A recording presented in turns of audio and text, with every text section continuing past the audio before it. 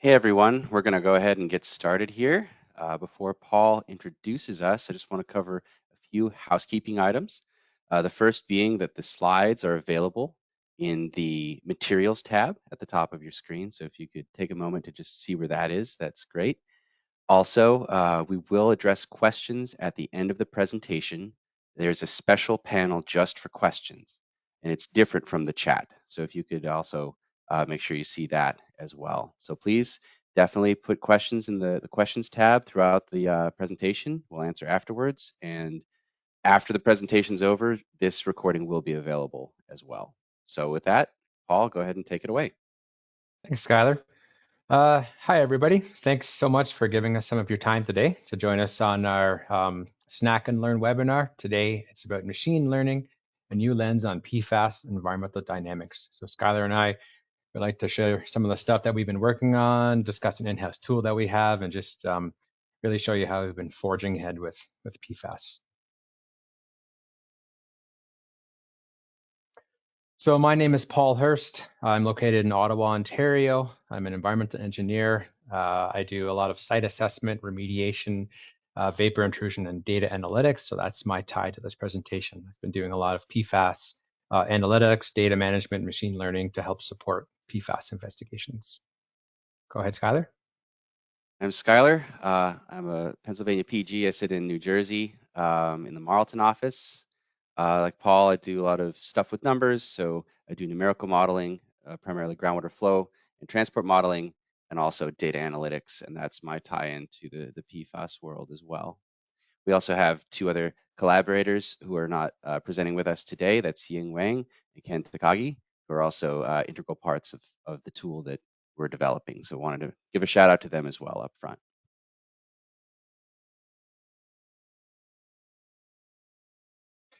So Great. right off the bat, go ahead. No, sorry.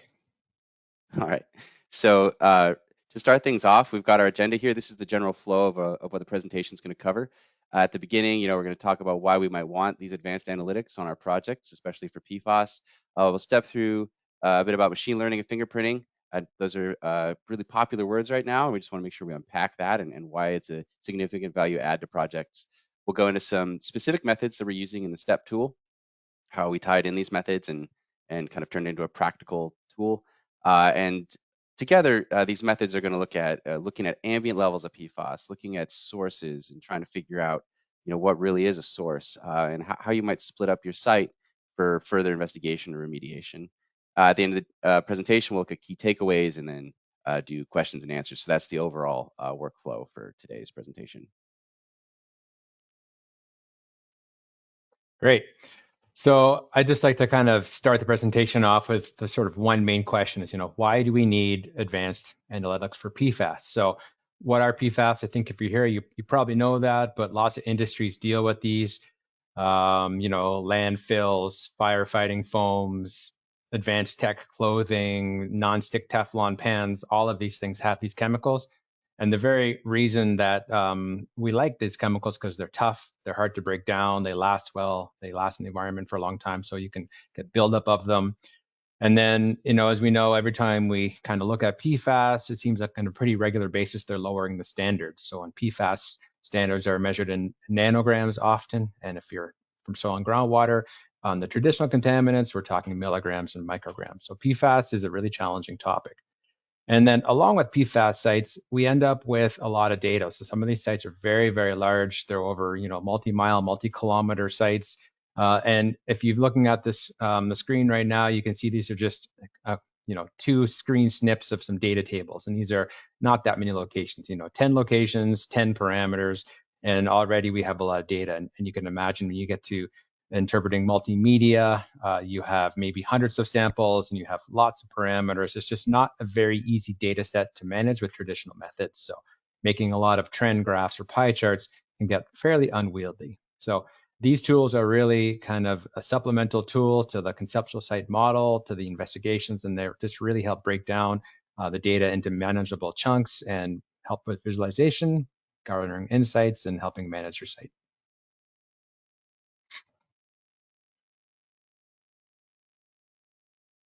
So as Paul mentioned, the attributes of these chemicals that made them beneficial for their industrial uses have, translated into uh, deleterious properties in the environment. And what this will translate into is that there's going to be probably multiple sources to these chemicals on a given PFAS site.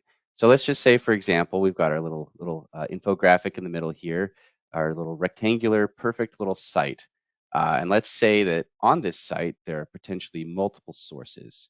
And this is automatically going to cause some level of confusion. And we've got to figure out what's source A versus source B. So on the left here, we have a firefighting area that's a little flame uh, icon, and then on the right, we've got like a treatment plant that's in the red there.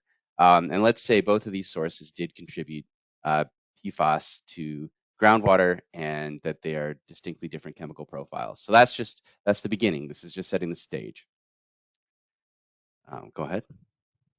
Now, let's say we have a neighboring site. This is also a classic thing in environmental consulting, is we always have neighbors, and sometimes our neighbors were doing the same thing or similar things as we were doing. So let's say this neighboring site, however, is a landfill, and this landfill is also generating a groundwater plume, an impact to the environment of PFAS. And let's say this plume, it's not only there, but it's running onto our site and it's overlapping with our plumes, and all of a sudden this problem just gets 10 times more complicated.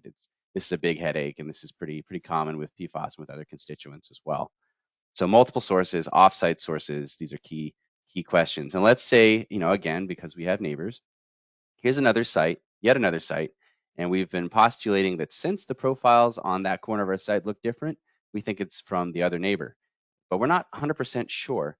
And this is another kind of critical point when considering PFAS. Go ahead to the next animation.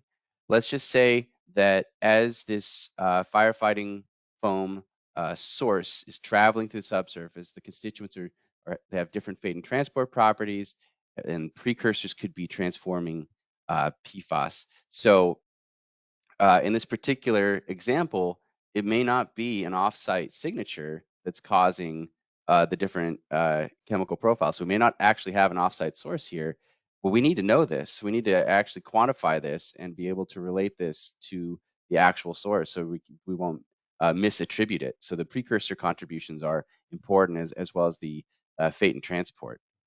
Next. And then finally, we're getting to this huge question of what are the ambient levels? So PFAS are man-made chemicals. There are no natural levels of them in the environment, but just due to historical environmental impacts, there can be an ambient signature, an on-point source present on your site, and that's again really critical to figure out. So here we've got some stars. These represent site wells that have ambient conditions, and the question is, how do I find these wells, and at what time frames did they represent ambient conditions? And all the while, maybe we are having to look at a reference site that's 10 miles away, and we're like, are you sure? Is this really reflective of our on-site conditions? So that's, another big question, especially with, parts per trillion levels of different constituents in rainwater. So we can cite the study that those data are from, but you can have a significant load come into your site just via precipitation. So that, again, that's important to understand. And next. And then kind of last but not least, let's say you have a complicated site, multiple sources, off-site sources, ambient areas. How do you split up your site into a way that you can now investigate these different components, or maybe you want to do targeted remediation? So that's gonna be one of the last methods we talk about today, is how you might intelligently partition your site based on the data. Great. Thanks, Skyler. So yeah, just before we dive in, just a brief overview of the methods that we're going to go through. And not this slide's not intended to talk about the actual names of them, but just how do we use these methods? So really, we're using machine learning for things like pattern detection, finding chemical fingerprints in a contaminant area, or maybe a background signal, source identification, tracing the source from its origin and how it migrates into the plumes and interacts with the other sources. Plume differentiation, can we split them apart? Are they getting mixed? How are these signals looking? And then for me, it's really about, like, I call it insight generation. So all of these tools really come together to help us look for stuff, identify some theories, identify some stuff to investigate, look for background, make some conclusions, just in a really rapid kind of manner. So one of the tools that we do use, and this is one of the tools that's available in the in-house WSP tool that we've created that we're using on more and more sites now, is one tool that we use to help estimate ambient levels, but also how to find kind of, basic groups of samples, let's call it. So you might find a group of samples that's all pretty similar, and you might interpret that that's low concentration and background. You might find a group of samples that looks like it could be related to one particular source. But really, what we're doing is clustering here. And the particular one we found to be quite effective would be Gaussian mixture model clustering. And it really does a great job of pulling apart your data, finding those patterns and distributions within the data, and then coming up with those groups. So GMM uses like statistical analysis that basically assigns a distribution to a group of samples, and it does its best to fit distributions to a certain number of clusters, and then you can really dive into those further. So this is just an output shown from the tool, and you can see it's giving you kind of the variability of the different distributions for various PFAS compounds. So like on a big picture, it's a nice holistic approach to identify patterns and potential groups. It's going to find high concentration groups and low concentration groups. It's up to the user to make those conclusions, but the low concentration groups may relate to your ambient. So that's a great way to find ambient. I can take this example to sort of the next level a little bit, where we use GMM just to quickly identify some groups and create, a few. I think we use five groups here, and to really help drill down in the investigations. So this is totally anonymous data. It's put on a random air photo in the background. So if you're looking at this photo and you happen to recognize it, this is not data from this area. We just did that to keep the data anonymous. But what this is a set of drinking water samples. This is a site that we have. And using GMM, it identified 5 separate groups.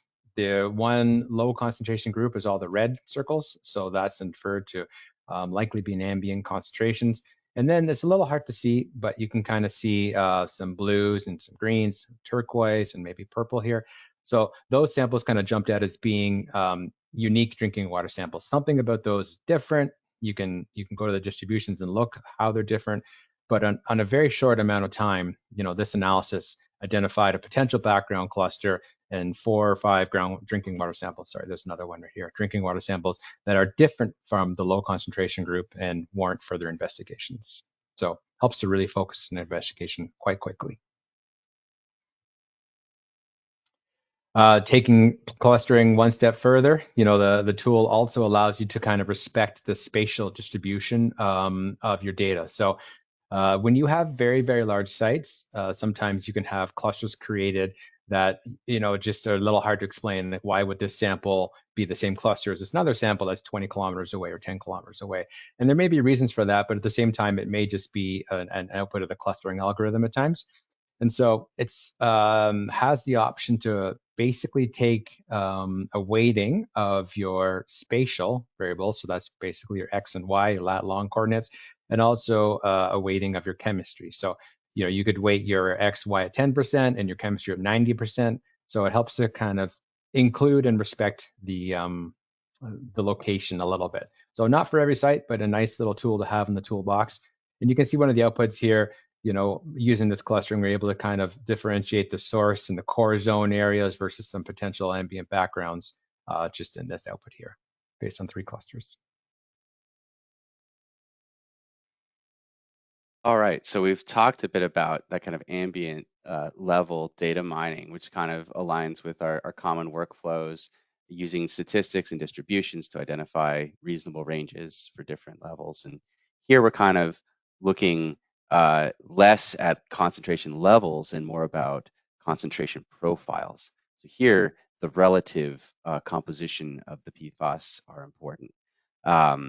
So I'll just try to tie this to common practice. So stated practice is often to make radial diagrams or pie charts or bar charts. And a lot of times we just do it for every sample and maybe put them all on a map or in a big, a big appendix. And what this does, This particular set of methods is called matrix factorization.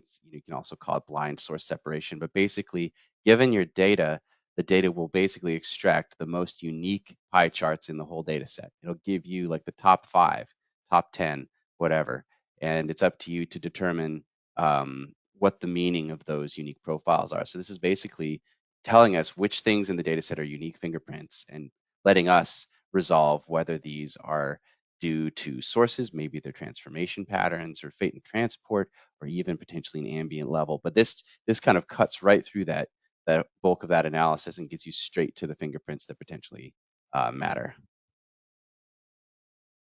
And just a quick application of this, given a data set, here's another site data set.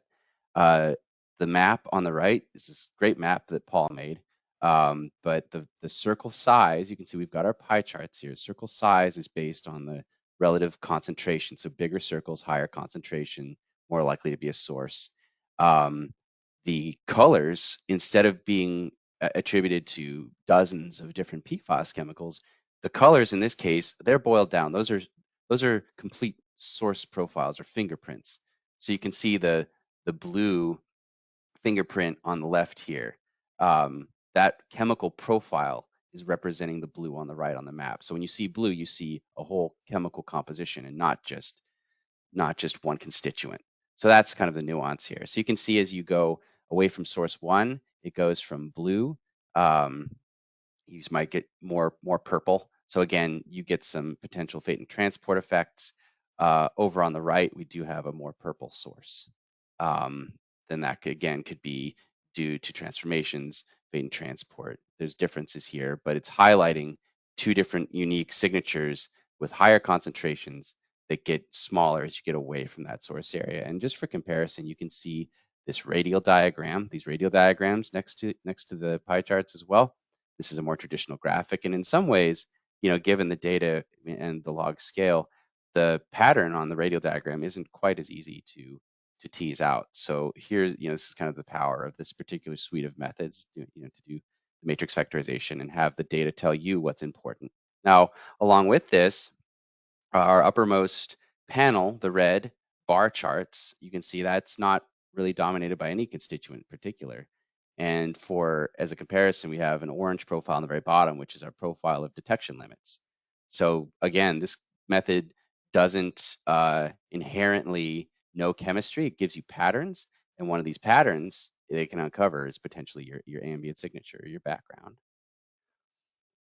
Next. So this part is one of my favorites. It's also maybe one of the newest, and it's something for us to get used to, using explainable AI methods. So this is a whole suite of different methods that can be applied to data. And you think AI, you think ChatGPT. This is not ChatGPT. This is not a large language model. This is a suite of explainability methods that sit on top of your data and try to unpack relationships and correlations. So if you've ever made a correlogram or some sort of correlation matrix, that's kind of like the first step down the path that becomes explainable AI. So here you've got two different data tables in the white, these grids here, and you can see that the variants, there are two variants of these tables, they're shuffled. But basically you shuffle the data in either case. You take this data table, you shuffle it a bunch of times, you train a bunch of machine learning models on it, and then the explainability comes from how important the different features were to making those different models. So we can demonstrate a little bit on the next slide how that kind of plays out, but it's going to be helpful for identifying key patterns. So in the upper right here, we have a signature at this particular site. It's dominated by PFHXS. There was also a top assay performed. So we've got top data, so precursor data. And we did this explainable AI. We used a random forest to link them together and used some XAI to try to unpack and say, well, is this PFHXS due to a source? Could this just be due to something else? So we did find with this method here on the bottom, when you do that kind of ensemble XAI stuff, different parameters pop out of the woodwork. And PFHXS is one of those important parameters, indicating that the precursor load could be generating the PFHXS rather than it being directly from a source. So this is a good way. And again, this is one XAI tool out of dozens. There's so many ways you could go with this to try to unpack your patterns. Thanks, Skyler.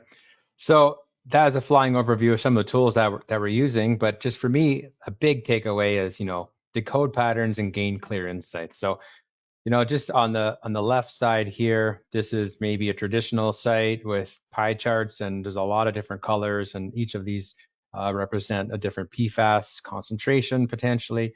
And if you look really hard after a while, you think, you know what, there's a bit of a lighter beige here and there's some dark brown, but there's a bit of green here. And it's not like it does get to be an awful lot to see, especially with overlapping pie charts. And it's really hard to make heads or tails of this at times. So using these tools can kind of turn that same analysis, same data set into something like this. So now we've broken it down into a green cluster. We've got a blue cluster. We've got a yellow cluster and some red. So we've got 4 clusters here. And then on top of those clusters, you can overlay the signals that each cluster shows. So this is basically the radial diagram, but flattened into a straight line, parallel coordinates plot. And it's a little bit easier here to see, yellow here, not a whole lot of these things here, but we have a lot of this. We got XA, PA, and PFOA.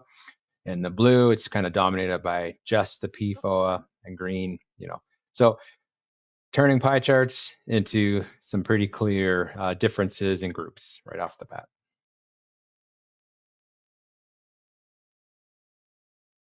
So for me, other takeaways that really jump out and how we've found these to be very, very helpful for our work on PFAS sites is improved stakeholder communication. And that's external, but also internal.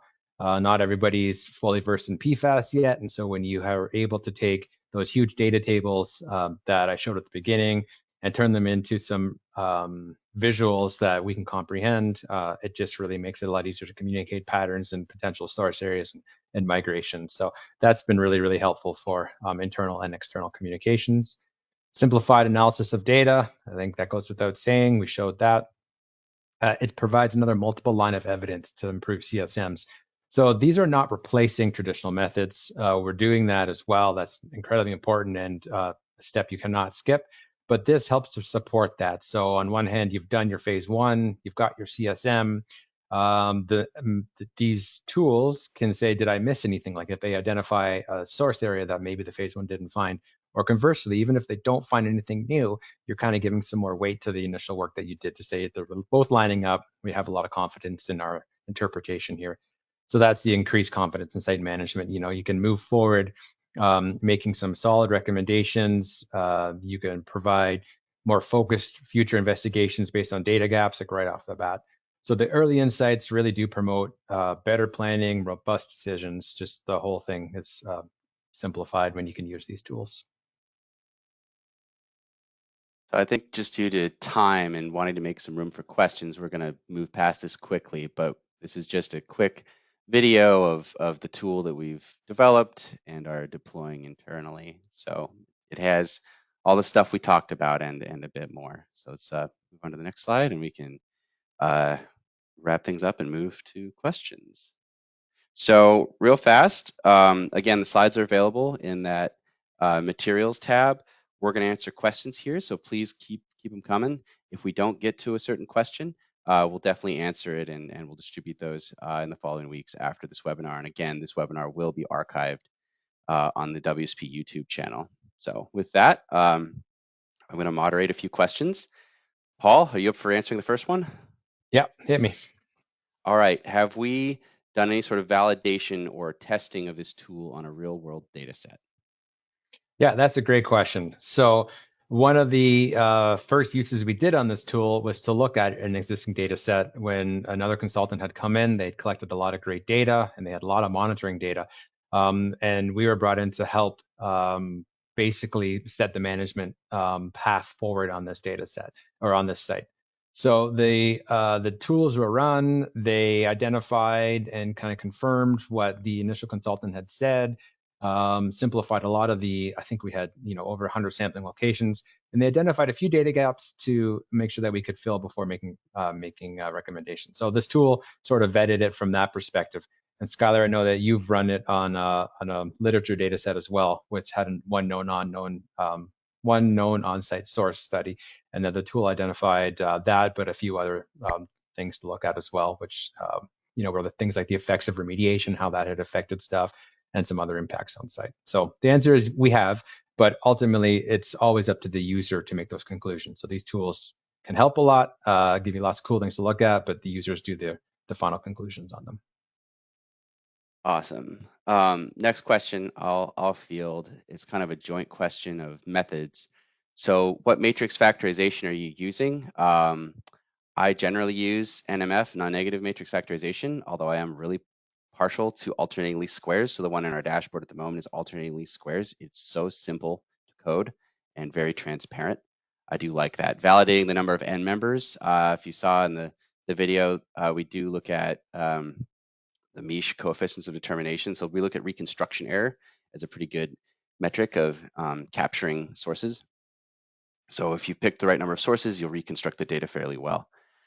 And then in terms of clustering techniques, I can split this question with Paul. I'll just say I'm a big fan of GMM because it lets you have overlapping distributions, and a lot of our, especially if you look at concentration ranges, those things tend to kind of overlap. So your highest ambient levels, your lowest impacts might not be cleanly separated, and this lets you get at that. And there are versions of GMM that let you look at censored data too. So if you have detection limits at all, that can be powerful. But Paul, if you do you want to talk about HCA and what you like Yeah, about that? certainly. Yeah, so I've been using HCA, hierarchical cluster analysis, and that's kind of how I started. And that one kind of feeds itself nicely to that spatial one as well. So if you want to do the spatial, the HCA is how we're doing it. I will say the GMM has got some nice potential for overlapping clusters, which kind of helps to explain it sometimes. So HCA is very precise. It says this is the cluster and this is, and there's no room for overlapping. And the GMM lets you do that. I will say that k-means doesn't seem to be very successful with environmental data, at least in the data sets that I've tried so far. All right. Let's see. Can it be used for dioxins and furans? Yes. We originally were Yeah, going to call it the PFAS step tool. We called it just the step tool because the methods are so, you can abstract the methods for sure. Um, let's see. Paul, if you want to take this one, we can take deep in this one too. Question is, this is great. I'm thinking that fingerprints are not truly unique, and that if fingerprints are not truly unique, you need to consider the hydrogeology, basically. You need to consider other things that are not chemistry. So is there an easy way to incorporate more physical data like heads, gradients, surface water to help, or would you just separate the data based on the hydraulics or the flow regimes first before doing the analysis? So Paul, if you want to do that sure. That follow up. that is a fantastic question, and you do get. I mean, you have to pick the number of end members or signals, and if you pick 20, it's not very usable, and if you pick 2, it's not very usable. So there's a balancing about how many you do pick, and ultimately you do end up with maybe some pure source signals, some background, and some mixed ones or fate and transport. So maybe to indirectly answer that question, what I found helpful is actually once you generate the signals and the groups, kind of bringing together a comprehensive map when you might show groundwater and the clusters and the associated signals, and then maybe the surface water might be there, and you can kind of see how they interact that way. So I found that to be helpful to pull it all together myself. Right. And I would just say that's where I really like that XAI, the explainable AI methodology as well, because you can relate the signatures to anything else. So geochemistry, climate, geology, hydrology. If you can make it into a number, you can relate it with that XAI methodology. And I think that's why there's such a huge potential uh, for that methodology to really help with some of our site investigations. So yeah, if you can make it into a number, you can use it, and you can use it to help explain. Um, let's see. How can someone access the platform? Okay. Paul, do you want to do that? Well, to access the platform, you would just need to work with WSP to, maybe bring your site to us and see how we could help you. I would say there's two things. The platform is a pretty slick solution for us to use in house for sure, and it can really speed up our usage of these tools on our clients' projects. The other thing is that webinars like this, the tools are all kind of available in Python and R, and the manuals are not too bad. There's lots of information out there as well, which you can Right. dive into. So we do use open source libraries to help, as everyone does. So if you need to reconstruct something, you could give that a try. Um, and maybe another one for Paul. How would you recommend someone new in the field to learn about stats and data analytics? Do you have any resources you would recommend? Sure. So yeah, just sort of to the similar question I just said, like there is a lot of great open source tools. I'm partial to Python. I know Skyler likes R, but scikit-learn is a great one, and the manual is surprisingly easy to read for a technical manual. There's lots of online data science courses as well, and they feed in as well, just because a lot of these tools rely on good data, and this is really a case of garbage in, garbage out. So careful consideration to how you collect the data, missing analytes, elevated detection limits, all that kind of stuff really wreaks havoc on these tools, and you have to consider them carefully to have that confidence. So just having a foundation in the data and understanding the importance of it, and then just adopting these tools as you learn them. I mean, that's the great thing. You can generate a code notebook or a tool or whatever your platform is, and you can start with one algorithm and you can use it and it works great. And then the next time you have a project, you can add on the next one, and it just kind of grows from there. So it's quite a good one to learn bit by bit, and there is a lot of resources out there to support that. All right. Next question is the ambient levels in precipitation, I assume, relate to US or Canadian levels. Are these precipitation levels probably higher than in less industrial countries? Yes. These levels were taken from precipitation in the Great Lakes region. So there are, and if you track those data over time, it's a pretty interesting study in and of itself. If you track those over time, they're not the same elevated levels over time. So there's definitely a spatial aspect, depending on where you are, how urban it is, and a temporal aspect as well. If those kinds of industries have ceased emitting um, PFAS in the environment, then your precipitation levels would probably change as well. So yeah, there's been some great studies. I would say, although the levels that we showed are probably higher than in less industrial countries, um, there have been some good studies out there showing detections of PFAS in extremely remote locations across the globe too. So it might still be enough to move the needle with investigations. Paul, I think we're getting ready for our last one or two questions. Paul, how can the outputs be used to identify data gaps and inform better monitoring? Um, that's a bit of the user to look at the data, but if your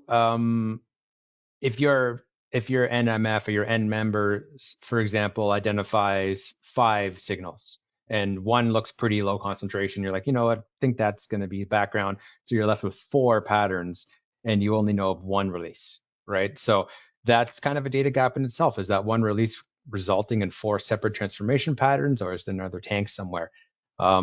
The clustering can do the same kind of thing. When you might get a zone of samples somewhere that you're not quite sure why they're clustering separately. And is it because of some transformation? Is it because there might be another source?